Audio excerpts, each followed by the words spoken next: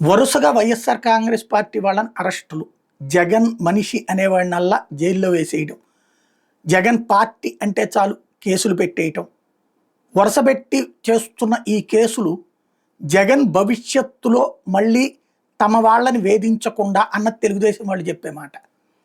2014-19 మధ్యలో వైఎస్ఆర్ కాంగ్రెస్ పార్టీ అధికారంలో ఉన్నప్పుడు ఏదో ముగ్గురు నలుగురు నేతలను తప్పించి చంద్రబాబు ఇబ్బంది పెట్టలేదు.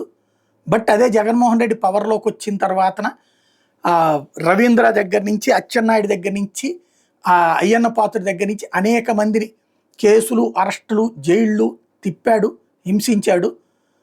అదే చంద్రబాబు చేస్తే ఎట్టుంటుందో ఇప్పుడు బాబు చూపెడుతున్నాడు.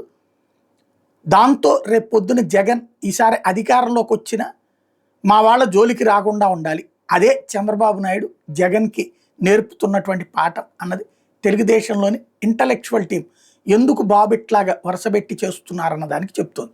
మరి జగన్ మారతాడా, బాబుని మారుస్తాడా చూడాలి.